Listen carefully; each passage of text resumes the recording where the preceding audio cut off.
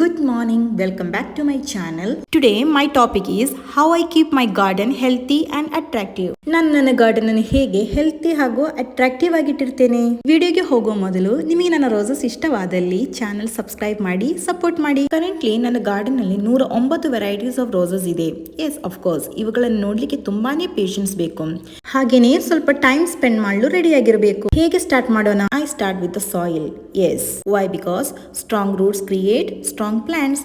ಪ್ರತಿಯೊಂದು ರೋಸಿಗೂ correct sunlight ಹಾಗೂ ಪರ್ಫೆಕ್ಟ್ ವಾಟರ್ ಸಿಗುವಂತೆ ನೋಡ್ಕೋಬೇಕು. ಹಾಗಂತ not too much not too little. Regularly pruning ಮಾಡಿ ನ್ಯೂ ಗ್ರೋತ್ ಗೆ ಎನ್ಕರೇಜ್ ಮಾಡಬೇಕು. ಹಾಗೂ ಕ್ಲೋಸ್ ಅಬ್ಸರ್ವೇಷನ್ ಇಂದ ಪ್ಲಾಂಟ್ಸ್ ಗೆ ಬರುವ ಪೆಸ್ಟ್ಸ್ ಹಾಗೂ ಸ್ಟ್ರೆಸ್ ಅನ್ನು ಮೊದಲೇ ಐಡೆಂಟಿಫೈ ಮಾಡ್ಕೊಳ್ತೇನೆ. ಕೆಮಿಕಲ್ ಫರ್ಟಿಲೈಸರ್ ನ ಅತಿಯಾದ ಬಳಕೆಯನ್ನು ದೂರವಿಡುತ್ತೇನೆ. ಹಾಗಂತ ಅಗತ್ಯವಿದ್ದಾಗ ಕೊಡಲೇಬೇಕಾಗುತ್ತದೆ.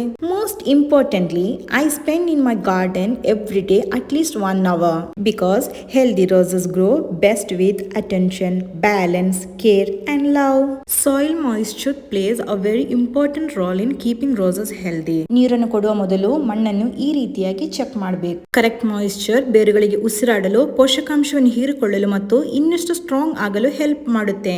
ಎಲ್ಲವೂ ಪರ್ಫೆಕ್ಟ್ ಆಗಿದ್ದಲ್ಲಿ ಇಂತಹ ಕೆಲವು ಗೆಸ್ಟ್ ವಿಸಿಟಿಗೂ ಬರ್ತಾರೆ. ಸೊ ಇವತ್ತಿನ ವಿಡಿಯೋ ವೈಂಡ್ ಅಪ್ ಮಾಡ್ತೇನೆ. ಮುಂದಿನ ವಿಡಿಯೋಗಾಗಿ ಕಾದಿರಿ. Until then take care.